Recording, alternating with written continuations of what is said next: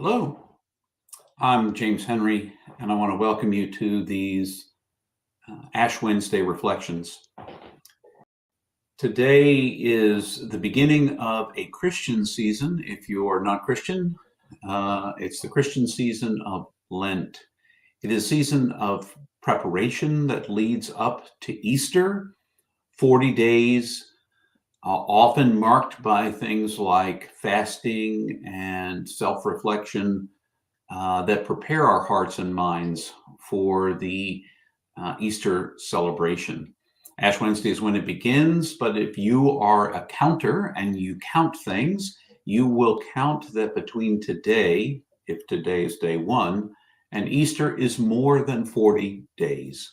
And that's because the Lenten season does not include Sunday. Sunday is considered a resurrection day. Now, that's all information that may or may not be in any way helpful to you, but it was worth sharing from my point of view. Ritual is a way that often brings us comfort, gives us opportunities to reflect, and offers meaning, perhaps, in times of our lives when we're trying to figure out what is going on. And one of the ways that we often recognize or ritualize a sense of connection in a worship experience, or perhaps in a prayer experience, or any number of places, is that we light a candle. So I'm going to light this candle. There is nothing magical about lighting this candle. It doesn't make God appear in our time together. But what it does do for us is it recognizes God is already present here with us. And this symbol becomes sacred to us, invested with a symbolic reminder that Spirit is here. As the Spirit dances and does what it will, so does the candle flame, etc. The fire of passion for God perhaps burns in our hearts. This symbolic way of saying, here we are together, is this lighted candle. It says, here we are. This space between us is sacred. Across the internet, whenever we're watching this, it's a reminder. Every space, all the time, is sacred, and this space between us now is a sacred space. I invite you to take a deep breath and be present here in this time of reflection together. Part of what we do on Ash Wednesday, the ash part of Ash Wednesday traditionally has been the imposition of ashes, putting ashes on the forehead. You may have already seen, if you're watching this on Ash Wednesday, any number of your siblings here in the world, depending on where you live, who have their foreheads marked with black ash, often in the shape of a cross, although it can be just marked. It doesn't, there's nothing other than to say that is what it is stating, that's what it's showing, that's what it's saying. Today is Ash Wednesday. And those ashes are a representation, a reminder that of our mortality, that we come from ashes, we come from dust, to dust will return, from the earth, from various elements. Now, of course, for us, in today's modern world, we know these bodies of ours are made up of lots of different chemicals and water. And somehow in this wonderful creative process, we are us, this person, this body, this form. But one of the things that we try to avoid, particularly in Western culture, is the idea that one day this mortal body will give way and will no longer be here. Pondering our own death is something that many people might consider to be morbid. But actually, the Lenten season invites us to reflect on our own finite nature, our limited nature, the fact that we are impermanent beings, at least in this form, we are impermanent. And as the spiritual beings that we are, who are having a human experience, there is something beyond this form, we imagine. We don't know exactly what it looks like. People come back and share thoughts about what that is. But the truth is, none of us know what is next. It causes us a certain amount of trepidation, concern, perhaps even fear and anxiety. And when it does that, we do all sorts of things to try to prolong and imagine our lives will go on. We want immortality, but we don't want to die. So what Lent invites us to do is something that our Buddhist siblings in the world do regularly, which is to ponder their impermanence. I am not permanent. Neither are you. Just as we were born, so shall we die. Now, for us as people of Christian faith, we don't believe death is the end, but perhaps a new beginning, a different form, a different way of being, but we don't know exactly what that looks like. And because of that, we do things to try to lengthen our lives, to put off death as long as we can. And we avoid looking at anything. We color our hair. I have nothing against you coloring your hair. If you do, great for you. But we color our hair to try to put off any signs that we are aging. We do lots of things to avoid this idea of death. What I believe Jesus exemplified for us is the opportunity for us to die before we die. He told us that if anyone would come after him, follow in his path, then they must deny themselves, take up their cross and follow him. And of course, the cross was a form of public execution in the first century when Jesus would have said that. And so we are invited, perhaps in Lent, it will be an opportunity for you to do just that, to imagine for yourself dying before you die. Death is the ultimate letting go of our form, of our stuff, of all the ways we deny our pain and other kinds of feelings that we have, thoughts that we have. So if we could learn to die before we die, if we could learn to let go of the things we think we control and have as a part of us, it would probably have a great impact. You know, Richard Rohr writes about this in his little book, Just This. He talks about the need to die before we die. And I thought I'd share that with you today as we were sitting here together, pondering our own impermanence, if you will. Anyone who wants to save his life must lose it. Anyone who loses her life will find it. That's in Matthew 16:23. This passage is a very strong, almost brutal statement of Jesus. It has perhaps been discussed, dismissed, misunderstood, and disagreed with more than almost any of his radical teachings.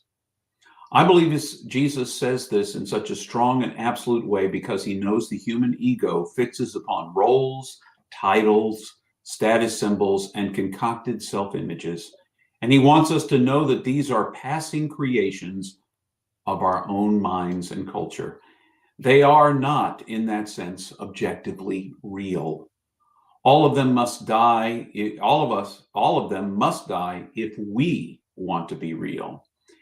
And they do not die easily because we have mistaken them for elements of our real self for most of our lives. It is a tragic case of mistaken identity. The real is that to which all the world religions were pointing when they spoke of heaven, nirvana, bliss, eternity, or enlightenment. Our only mistake, was that most Christians delayed this inner state until after we died.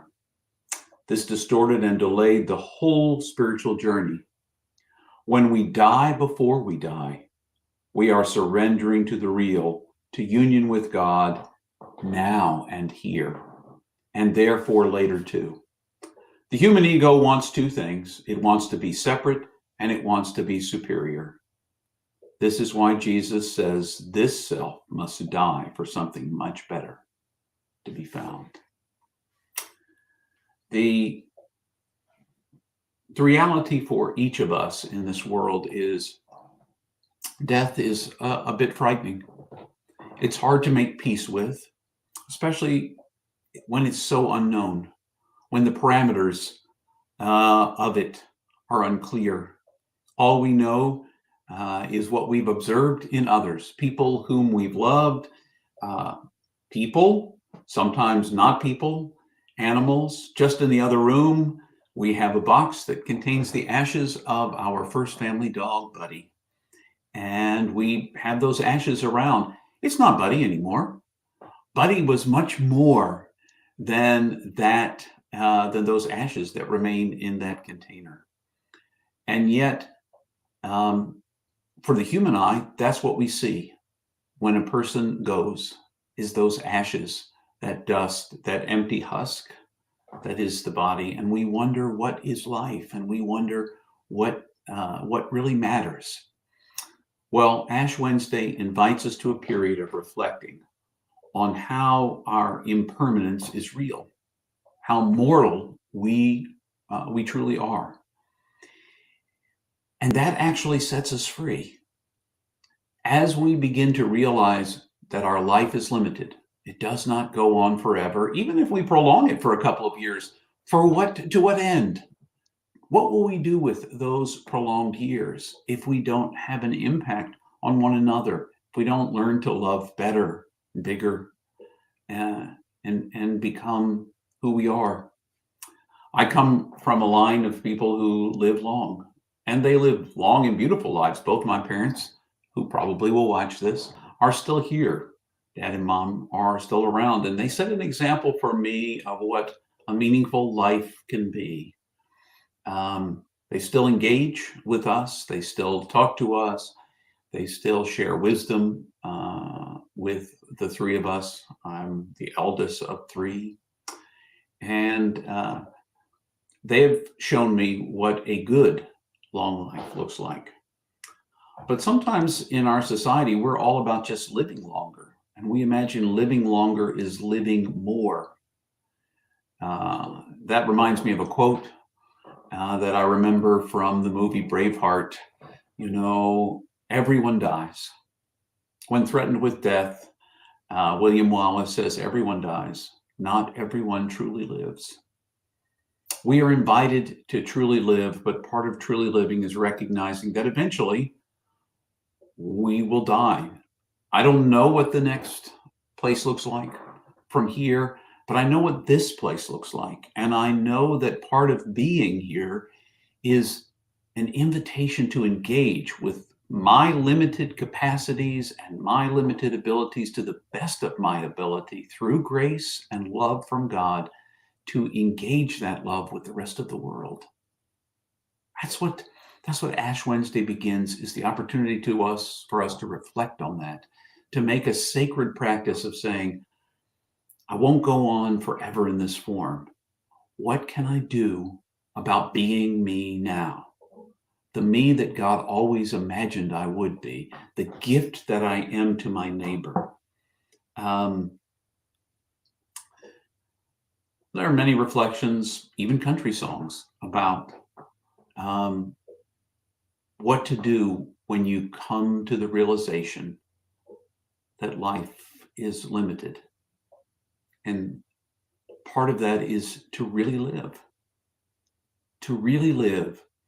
to seize the moment and the day, and to give our lives away in love to the other, recognizing that so many of the things we give our lives away to, endless hours so that we can make more money, consume more things, that those don't really give meaning to our lives.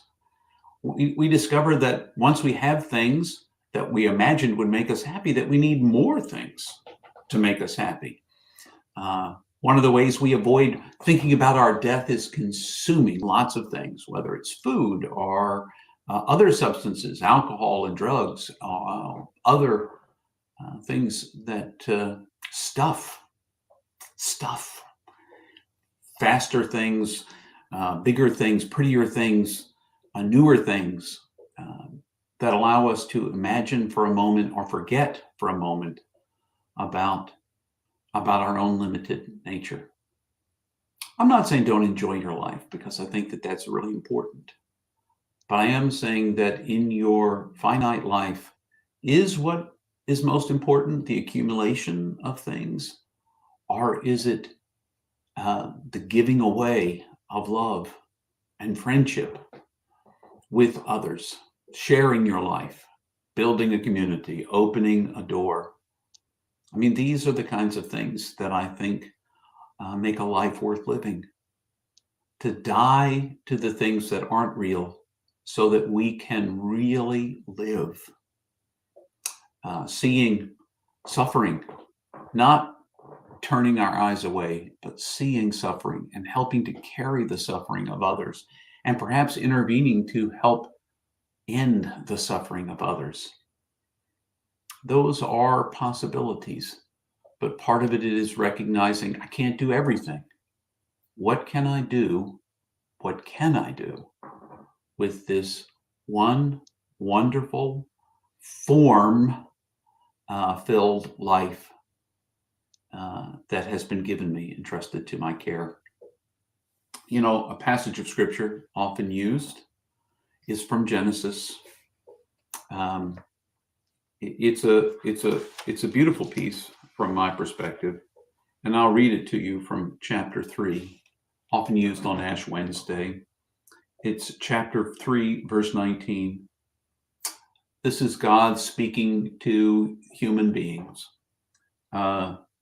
With sweat on your brow, you shall eat your bread until you return to the soil, as you were taken from it. For dust you are, and to dust you shall return. Very sobering, perhaps not what you want to hear on a Wednesday that also happens to be this year Valentine's Day. Ash Wednesday and Valentine's Day fall upon the same day. Of course, St. Valentine, since this is St. Valentine's Day, it's the day we celebrate his death. He's known for loving, for being for loving his fellow human beings with a great passion. And that is why we remember him. And that is why he's a saint, for all that love. So in the example of St. Valentine, I want to invite you to this season of reflection. Think about what you really want to do with this one wild and beautiful life you've been given. As I thought about impermanence yesterday, while I watched snowflakes fall from a sky onto a warm ground that melted immediately, I thought of the beauty of each snowflake, who is just the snowflake it is until it melts and becomes part of the water cycle all over again. And I wonder if each one of us might do the same. What are the ways you're being called right now to engage yourself in this world and take seriously the struggles of this world and go more deeply? I do want to say to you that during the season of Lent, I will be doing on Sundays, the Sundays before Easter, the next 6 Sundays, I will be doing a series entitled Healing Journeys, Embracing Grief and Presence. We'll talk a little bit about the collective grief we experience in a world that's not what we thought it would be and doesn't live up to our golden age expectations of what it was, our memories of what it was at one point, how that longing affects us in this world. And we'll work our way through some practices that help us to truly be present with one another, perhaps live more fully, but to die to the illusions that keep us separate from God and one another. So that is my intent for the days ahead in this season. For you, I wish you all the best on this Ash Wednesday / Valentine's Day. May the peace of God, which surrounds us all, envelop you. May you feel the loving presence of Spirit wherever you are, whenever you are watching this. And may you feel the love and grace that is given you freely as the infinitely precious and unconditionally loved gift you already are. Go in peace, my